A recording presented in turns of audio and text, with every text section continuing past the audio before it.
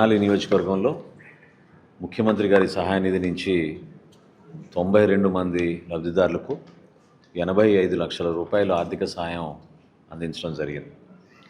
నిజంగా ఒక వరంగా భావిస్తున్నాం, అదృష్టంగా భావిస్తున్నాం. ఇంతమందికి కష్టాల్లో ఉన్నప్పుడు వాళ్ళ కుటుంబాలు ఆర్థిక ఇబ్బందులతోటి, అదేవిధంగా వైద్య రంగంలో చాలా హాస్పిటల్స్లో వాళ్ళు పడుతున్న కష్టాలకి కొంతవరకు ఆ వెసులుబాటు కల్పించే విధంగా ఈ కార్యక్రమం నిర్వహించడం అనేది నిజంగా మీ అందరం కూడా కూటమిలో గౌరవ ముఖ్యమంత్రి గారి నాయకత్వంలో ఇటువంటి కార్యక్రమం చేయడం అదృష్టంగా భావిస్తున్నాం.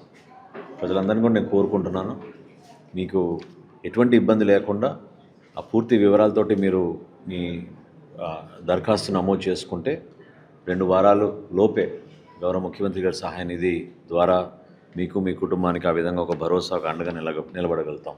ఇప్పుడు వరకు మా కుటుంబ ప్రభుత్వం వచ్చిన తర్వాత తెనాలి నియోజకవర్గంలో మన ఆధ్వర్యంలో 422 మందికి దాదాపు 4,60,00,000 రూపాయలు ఆర్థిక సహాయం అందించడం జరిగింది.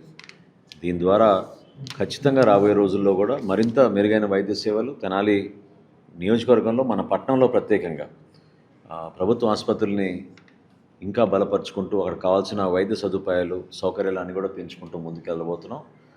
ఆయుష్ని కూడా ఆధారం చేసుకుని గతంలో ఏ విధంగా ఆయుర్వేదాన్ని ఎక్కువగా మన ప్రాంతంలో ఆదరించేవాళ్ళు ఒక నమ్మకంతో పూర్వీకుల నుంచి వస్తున్న మనకు సాంప్రదాయాన్ని కూడా నిలబెట్టుకునే విధంగా ఆయుష్ హాస్పిటల్ దాదాపు 26 కోట్ల రూపాయలతోటి హాస్పిటల్ ప్లస్ కాలేజీ కూడా ఏర్పాటు చేసుకునే విధంగా కార్యక్రమం చేసుకోబోతున్నాం.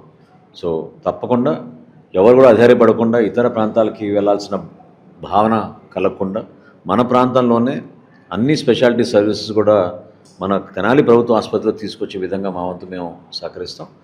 పెన్షన్ల విషయంలో కూడా కొంచెం ఓపికగా ఉంటే అందరూ కూడా ఎవరైతే అర్హత ఉందో వాళ్ళందరూ కూడా ఖచ్చితంగా రాబోయే రోజుల్లో రాష్ట్ర వ్యాప్తంగా ఈ రోజుకి ఇస్తున్న 63 లక్షల పెన్షన్స్తో పాటు కొత్తగా కొంతమంది వితంతులకి, దివ్యాంగులకి కొత్త పెన్షన్లు నమోదు చేసుకునే అవకాశం త్వరలోనే మా కూటమి ప్రభుత్వం, గౌరవ ముఖ్యమంత్రి గారు, అదేవిధంగా గౌరవ ఉప ముఖ్యమంత్రి గారి నాయకత్వంలో దీన్ని ముందు తీసుకెళ్తానని సందర్భంగా తెలుపుకుంటున్నాను.